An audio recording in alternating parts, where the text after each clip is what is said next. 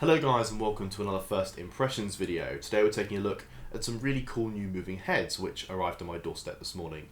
We're going to take a look at the ADJ Focus Spot series. So the Focus Spot series is made up of three fixtures. The Focus Spot 1, the Focus Spot 2 and the Focus Spot 3Z or 3Z depending on where you come from. So this is the new Focus Spot series of moving heads from ADJ and they're designed to cover a wide variety of budgets. You've got the more low budget option, a slightly more medium budget option, and then your higher budget option. And of course the features vary between the three fixtures. So today I'm going to take these guys out the boxes and give you a little look at what they can do. So let's start with the Focus Spot 1, which is the cheapest fixture in the range. This has a 35 watt LED inside, it has a single colour wheel and a single rotating gobo wheel. It also has a 4 watt UV LED mounted on the front, which we'll look at in a second. But basically it's kind of your standard moving head fixture with not too many bells and whistles.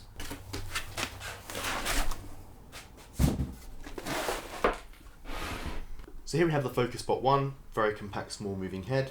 We've got a nice base on the unit with a screen on the front, 4-button digital display, some LEDs to tell you what's going on with the fixture.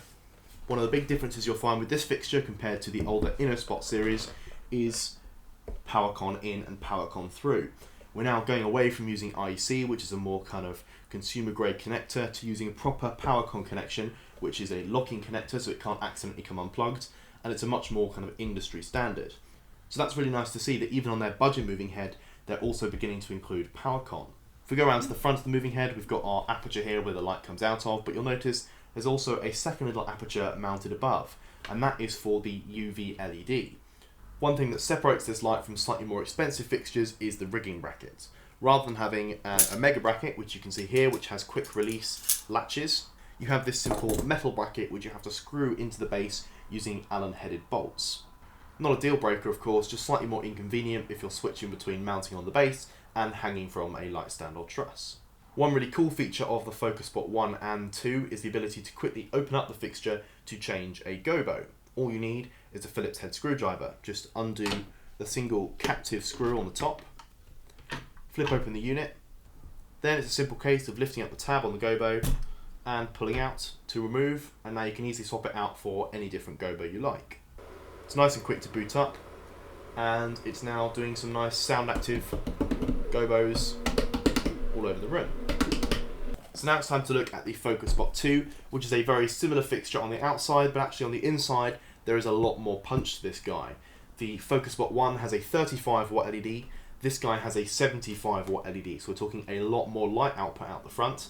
Other things that are different on the Focus Spot 2 compared to the 1 is this guy has a manual zoom knob to control the zoom from 15 to 20 degrees. It's also got a motorized focus, and it's got a 6-facet prism inside.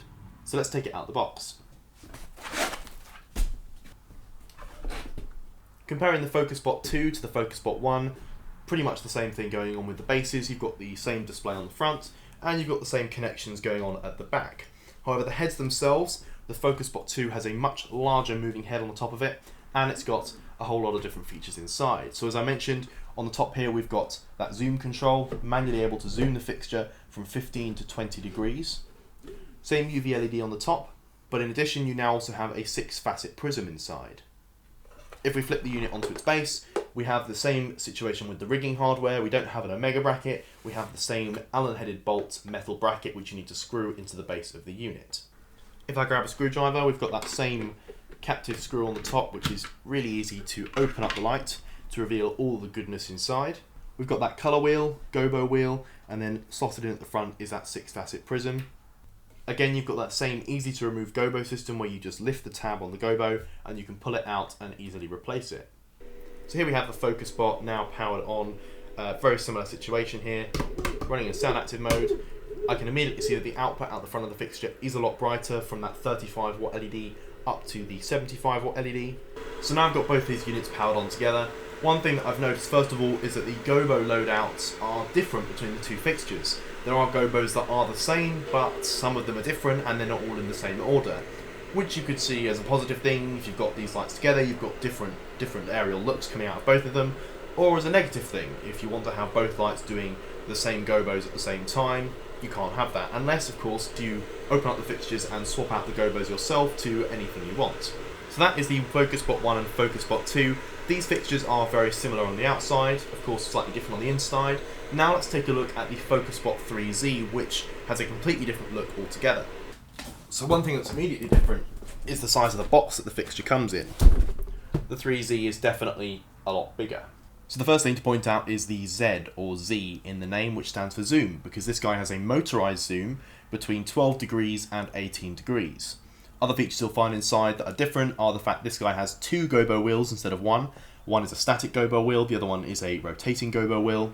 Also got 2 prisms inside this guy, so we've got a circular 6-facet prism and a linear 6-facet prism. Let's get this guy outside the box and I'll show you all the other cool things it can do. So the first major difference is of course the size. If I grab the Focus Spot 1 here, it's looking a bit small in comparison to the 3. And that's because this guy of course has a lot more output and a lot more features. We've got that 100-watt LED powering this fixture and a whole load of different bits and pieces inside. So design-wise, it looks completely different to both the Focus Spot 1 and the Focus Spot 2. The connections on the back, however, are the same. If we spin the unit around, we can see we've got our PowerCon connections here, both in and through, along with DMX connections, which are still using 3-pin. So this guy doesn't have 5-pin DMX connections. Back around to the front, we have a 4-button LCD display with some LEDs to show you what's going on with the fixture. So opening up the fixture does reveal all the hardware differences inside. We've got that zoomable lens at the front here, which of course changes the zoom on the fixture. We've got our prisms, which slots in front of the image path. And then we've got our 2 gobo wheels and our color wheel inside. The Focus Spot 3Z has of course more features, and it's a lot brighter. Here it is doing a little dance in sound active mode. So there you have the Focus Spot series from ADJ. In terms of pricing, just to give you a little bit of a rough idea of what these guys cost, at time of recording, the Focus Spot 1 is £425, the Focus Spot 2 is £560, and the Focus Spot 3Z is £850. So there's a bit of a price jump between these last two, because this guy has a lot more features inside, with all that separate gobo wheel and the multiple prisms, and of course the zoom. It's a lot more of a complex fixture. So what do I actually think of the fixtures? Well, with the brief time I've spent with them so far, they all seem to be very well built. I'm not a fan of the handles on the Focus Spot 1 and 2 would be my first comment. They're very sharp and plastic, whereas the Focus Spot 3 has proper, stronger handles. As well, the rigging brackets on these guys are slightly more inconvenient than the 3, but of course, you're paying extra money to get those features. I really love the fact these fixtures all are using PowerCon now rather than IEC. It's a much more high quality and professional connector. So the whole series of fixtures, I'm going to have full review videos on each fixture individually, as well as a proper in-depth comparison video comparing the features between the 3 of them and why you might want to pick one over the other. Final thing I want to talk about very quickly in this video is DMX control. I know a lot of you have seen my myDMX 2.0 tutorials, which I made probably last year now, and I had a lot of great feedback from you guys, and I had a lot of requests to look at myDMX 3.0. So I have this magical little black box here, which we're going to take a look in. So yes, it's not as exciting as unboxing a moving head, however I now have in my hands a myDMX 3.0 interface, which means I'm going to be making a full tutorial series going through how to use the software, pretty much the same as the myDMX 2.0 series, but of course looking at version 3. A whole load of new features, my favourite of which is the ability to play back multiple scenes at the same time. Loads of really cool features in this software, which I'll show you in my full tutorial video, so stay tuned for that. So that's it for this video. I hope you enjoyed this quick look at the Focus Spot series along with myDMX 3.0. Stay tuned for all the full review videos coming on the channel very soon.